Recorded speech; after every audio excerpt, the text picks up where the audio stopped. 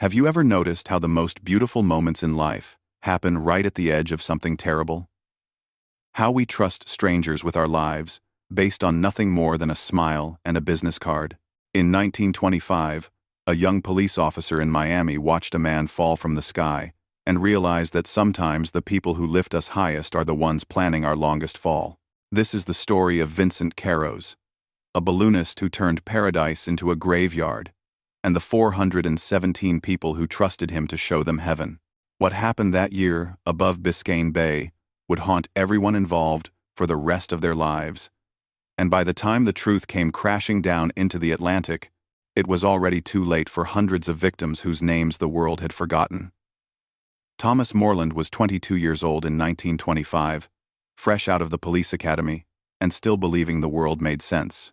He worked as an officer in Miami-Dade County, during a time when Miami was not the city anyone knows today.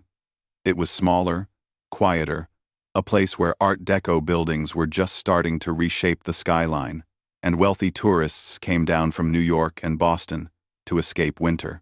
Biscayne Bay stretched out like a sheet of turquoise glass, and every evening the sun would set over the water in shades of orange and pink that looked like they had been painted by someone who had never heard of subtlety. It was the kind of place people called paradise without irony, and for a while, everyone believed them. Vincent Carrows arrived in Miami sometime around 1921. Though no one could say exactly when or from where.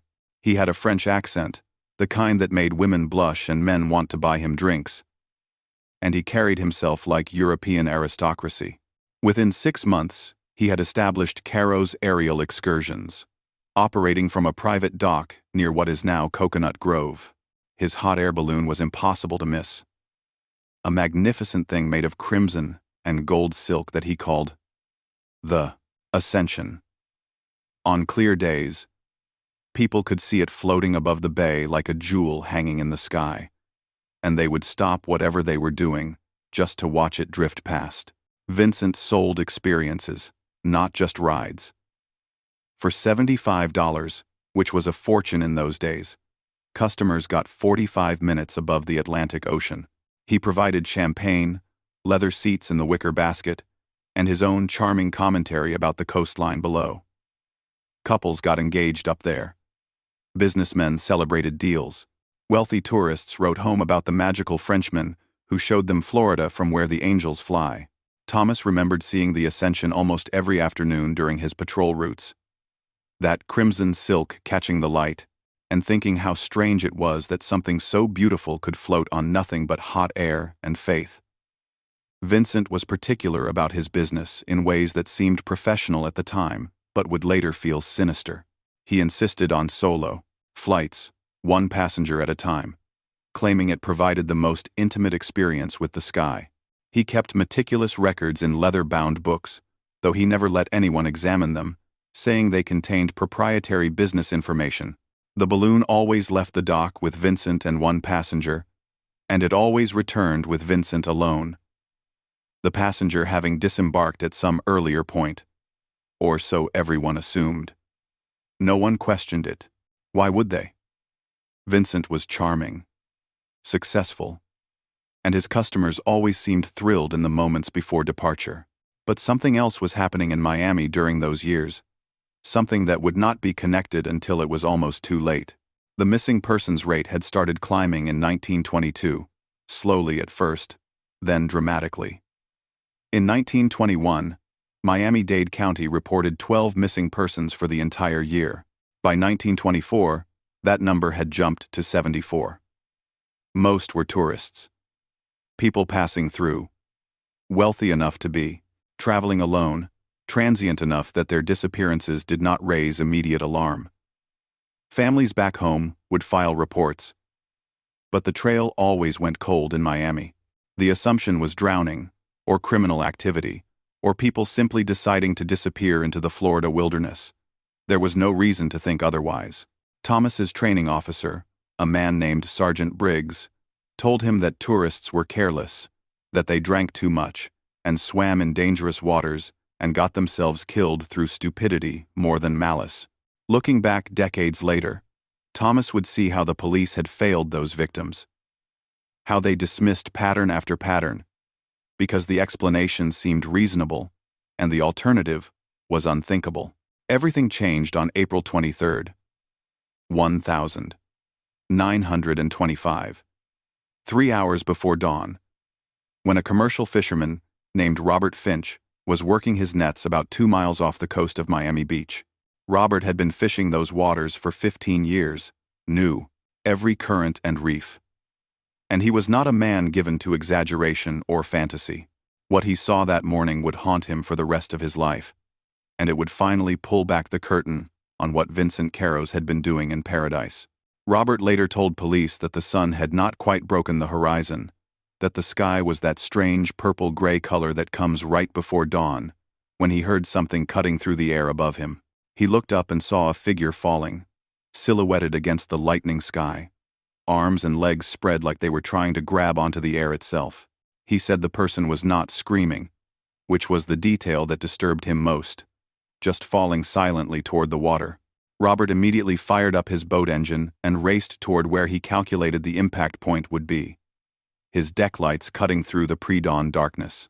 By the time he reached the spot, maybe 90 seconds after the fall, there was nothing. The water was disturbed, ripples spreading outward in circles, but no body, no debris, nothing to grab onto. Robert searched for 20 minutes, circling wider and wider, calling out into the darkness, but Biscayne Bay had swallowed whoever fell and was not giving them back. That is when Robert looked up again and saw the Ascension, Vincent's crimson and gold balloon, turning gracefully and heading back toward shore. It was moving with purpose, not drifting on the wind but being actively piloted, and it was completely silent except for the occasional burst of the burner flame. Robert watched it disappear toward Coconut Grove, and then he turned his boat around and came straight to the police station, still wearing his fishing gear, smelling like bait and sweat and terror. Thomas was working the morning desk shift when Robert came through the door at 6:15 a.m. The fisherman was shaking, not from cold but from adrenaline and fear, and he kept saying he had watched someone die and no one had screamed. Sergeant Briggs initially dismissed Robert's story as a drunk falling off a boat or a navigation light creating shadows. But Robert was insistent, detailed, and stone sober, so Briggs sent Thomas to investigate. By 8 a.m., Thomas was standing on Vincent Carrows's dock, watching him secure the Ascension to its moorings, moving with the calm efficiency of a man who had just completed routine maintenance. Vincent saw Thomas approaching and smiled, that same warm European smile that had charmed half of Miami. He offered coffee from a silver thermos, asked how the young officer was enjoying the lovely morning, and seemed genuinely puzzled when Thomas asked about flights earlier that day. His logbook, the one he kept in the basket, showed the Ascension had been secured since the previous evening at 7 p.m. There were no scheduled flights, no passengers booked, nothing to indicate the balloon had been airborne. But when Thomas looked closer at the wicker basket, he noticed the bottom was damp, not with dew, but with seawater, the kind of dampness that comes from being close to the ocean spray. Thomas asked Vincent about it, and he laughed. He said he had been cleaning the basket the evening before and must have splashed it with his bucket. It was a reasonable explanation. Everything Vincent said was reasonable, which was precisely the problem. Thomas returned to the station and filed his report, noting the discrepancy between Robert's testimony and Vincent's logbook. Briggs read it, shrugged, and suggested maybe there was another balloon company operating illegally. So Thomas spent the next 3 days calling every airport, every tourism office, every business registry within 100 miles of Miami. The answer was always the same. Vincent Carrows was the only person in South Florida who owned and operated a hot air balloon. There was no one else. That realization settled into Thomas's stomach like a stone dropping into dark water. Thomas started pulling missing persons files, spreading them across his desk in the cramped back office of the station. And what he found made his hands shake. 41 missing persons in the past 18 months. All tourists, all wealthy, all traveling, alone. He cross-referenced them with business cards and receipts found in their hotel rooms during initial investigations. 19 of them had business cards for Carrows' aerial excursions in their belongings. 19 people who had planned balloon rides with Vincent, and 19 people who were never seen again. But when Thomas requested Vincent's flight records through official channels, his books showed none of these people had ever flown with him. The appointments were not there. The names were not logged. There was no paper trail connecting him to any of them. It was as if they had evaporated between making the reservation and actually boarding the Ascension. Thomas brought this to Captain Douglas Wade, a career officer who had worked homicide for 20 years and had seen things that would break most men. Wade looked at the research for a long time, smoking his pipe, the smoke curling up toward the ceiling fan. Finally, he said what they were both thinking. If Vincent Carrows was killing people, he was doing it somewhere no one could see. Somewhere there were no witnesses and no bodies to recover. He was doing it in the sky.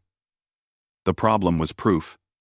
They could not arrest a man based on missing business cards and damp basket floors. They needed evidence, witnesses, something concrete that would hold up when lawyers got involved. That is when Captain Wade came up with a plan that would either expose a serial killer or prove Thomas wrong about everything. Either way, someone was going up in that balloon, and there was a very real chance they would not be coming down alive. Detective James Hartwell was 34 years old, a decorated officer who had worked undercover in bootlegging operations and organized crime. He was a boxer. In his spare time, 6 feet tall, 200 pounds of muscle. And he had a wife named Caroline and 2 daughters under the age of 5. When Captain Wade explained the operation, James did not hesitate. He said if there was even a chance they were right about Vincent, then someone had to stop him before he killed again. The police created a fake identity for James, a wealthy businessman from Atlanta named Richard Pemberton. Celebrating a successful year in timber exports, they booked the flight through a hotel concierge, paid cash in advance, and set it up for May 14th, 1925. James would be wired with an emergency signal flare tucked into his jacket, a concealed knife strapped to his ankle, and a prayer that Vincent would break pattern and show his hand. 3 police boats were positioned in the bay, disguised as fishing vessels, ready to respond the moment anything went wrong. Thomas was assigned to one of those boats, and he spent the morning of the flight sitting there with binoculars in hand, watching the dock through the haze of humidity and fear. At 3:47 p.m., the Ascension lifted off from Vincent's dock, rising smoothly into a perfect blue sky. James was visible in the basket, and even from a distance Thomas could see him smiling, playing his role perfectly. Vincent stood beside him, one hand on the burner controls, the other gesturing toward the coastline like he was narrating a tour. The balloon climbed to about 800 feet, then leveled off, drifting slowly eastward over the deeper water. For the first 15 minutes, nothing seemed wrong. The balloon moved peacefully, the wind carrying it parallel to the shore. And Thomas started to wonder if maybe they had been wrong, if Vincent was just an eccentric businessman, and all those disappearances were terrible coincidences. Then, at 4:12 p.m., the basket started swaying, not from wind, but from movement inside, violent and sudden. Struggling, 2 figures locked together, and the balloon began to spin. Vincent had made his move, and James was fighting for his life, 800 feet above the Atlantic Ocean. The police boats fired up their engines and started racing toward the balloon. But they were too far away, and the balloon was descending now, not in a controlled way, but spiraling. The burner going dark, the silk envelope losing heat and deflating.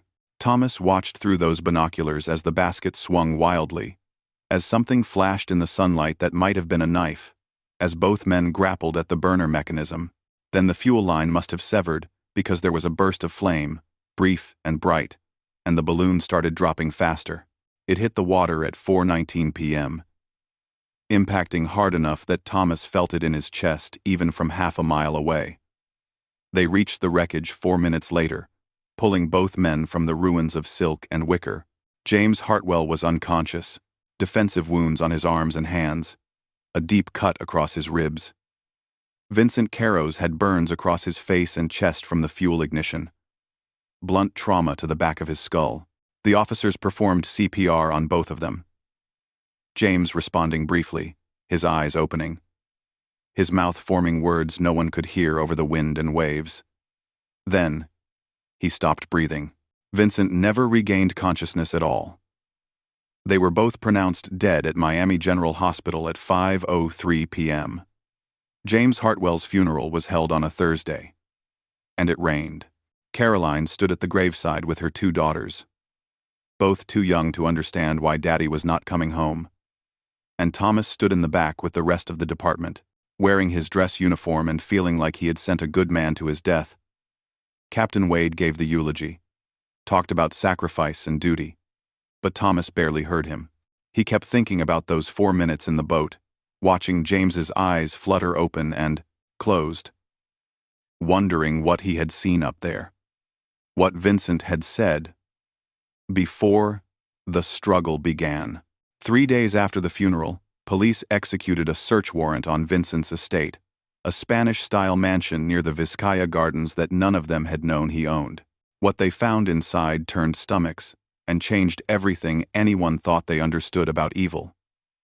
In Vincent's study, locked in a desk drawer, was a leather-bound journal. It was thick, maybe 300 pages, and every single page was filled with neat handwriting in French and English. The journal dated back to January 1921, and it was a ledger of death. Vincent had documented every single victim. Names, dates, physical descriptions, where they were from, how long the flight lasted before he made his move. He wrote about them like a collector describing acquisitions, noting which ones struggled and which ones seemed to accept their fate. There were 417 entries in that journal. 417 people who had trusted Vincent Carrows to show them the sky, and 417 people he had pushed into the Atlantic Ocean. The method was simple and brutal. Vincent would wait until the balloon was over deep water, usually 30 to 40 minutes into the flight, far enough from shore that any screams would be lost in the wind and distance. He would engage the passenger in conversation, get them relaxed and looking out at the view. Then, he would produce a knife and give them a choice: jump, or be stabbed and pushed. Most jumped, some fought, and Vincent documented those encounters with particular detail, describing the struggle, the moment they realized they could not win, the final fall. He never kept anything from his victims, never robbed them, never showed any interest in their money or possessions. The motive, as much as investigators could determine from his writings, was control.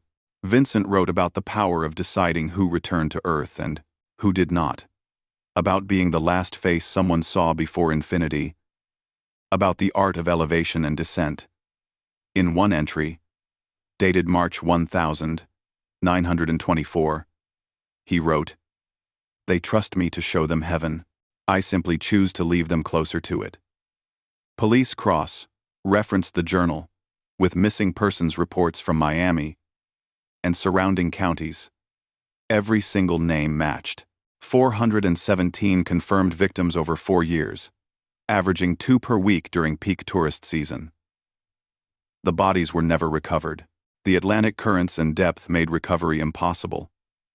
And by the time anyone realized a person was missing, the trail was already cold. Vincent had chosen his victims carefully.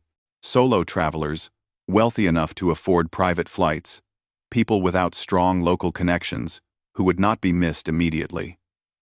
He had turned the isolation and anonymity of tourism into a weapon. Investigators expanded their search and found similar patterns of missing tourists in Nice, France, between 1918 and 1920. Before Vincent came to Miami, the French police had never connected them to balloon disappearances because there had been no witnesses, no evidence, just a series of wealthy tourists vanishing near the coast. Authorities believed Vincent had been doing this for at least 7 years, possibly longer, and that Miami was just his most successful hunting ground. The case officially closed in June 1925, with Vincent Carrows identified as responsible for the largest serial killing spree in American history at that time. James Hartwell was posthumously awarded the Medal of Valor. His daughters grew up and started families of their own. And over the years, Thomas would sometimes see Caroline at police memorial events. She always thanked him for trying to save her husband, but he knew she wondered, like he did, if there was another way. The hot air balloon industry in Miami died with Vincent. No one would fly them for decades. And even now, many years later, there are only a handful of operators in South Florida, and they all fly over land. Never over water. Biscayne Bay is still beautiful, still draws tourists, and on clear evenings the sunset still looks like painted fire across the water. But Thomas Moreland, who retired from the police force after 33 years of service, could never look at the sky over the bay without remembering. He lived to be 83 years old, and he still had nightmares about that afternoon in May when the crimson and gold balloon came spiraling down. Sometimes he dreamed about the 417 people in Vincent's journal, imagining their final moments, the realization that the charming Frenchman was not guiding them back to shore, the long fall toward water that must have felt like concrete from that height. He thought about Robert Finch, the fisherman who witnessed that first fall and spent the rest of his life wondering if he could have done something different. Robert died in 1952. And his family, he said he never went back out on the water after 1925. He could not bring himself to look at the sky anymore. There are rumors, even now, that fishermen occasionally see a crimson and gold balloon at dawn, drifting silently over the bay.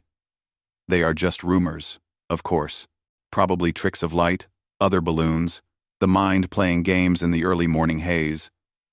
But sometimes people wonder. They wonder if evil like Vincent's leaves an imprint, if the sky remembers what happened there, if those 417 souls ever found their way back down. The thing about trust is this. And this is what Thomas Moreland learned from Vincent Carrows, and what he spent 33 years trying to understand. People give it so freely when someone offers them a better view. They hand over their lives to strangers, based on nothing more than a smile and a promise of beauty. Vincent understood that. He built his entire nightmare on that single human desire to rise above the ordinary, to see the world from where the angels fly. Thomas wondered sometimes, in those final seconds before the fall, if any of Vincent's victims regretted looking up, if they wished they had stayed on the ground where it was safe and boring and unremarkable. If they understood, in that last moment of clarity before impact, that paradise had been a trap all along. If this story sent chills down your spine, hit that like button. Not just for the channel, but for those 417 people whose names were found in Vincent's journal, victims whose families never got closure. Subscribe, because next week we are bringing you the story of the lighthouse keeper of Cape Fear, who was found in 1893 with his entire body inside out, and the ship's captain who confessed to doing it using only his bare hands and something he called the old way. Leave a comment below, telling us where you are watching from and what time it is there. We read every single one. Trust me, you do not want to miss what is coming next. Stay safe out there. And remember, not everyone who offers to lift you up has your best interests at heart.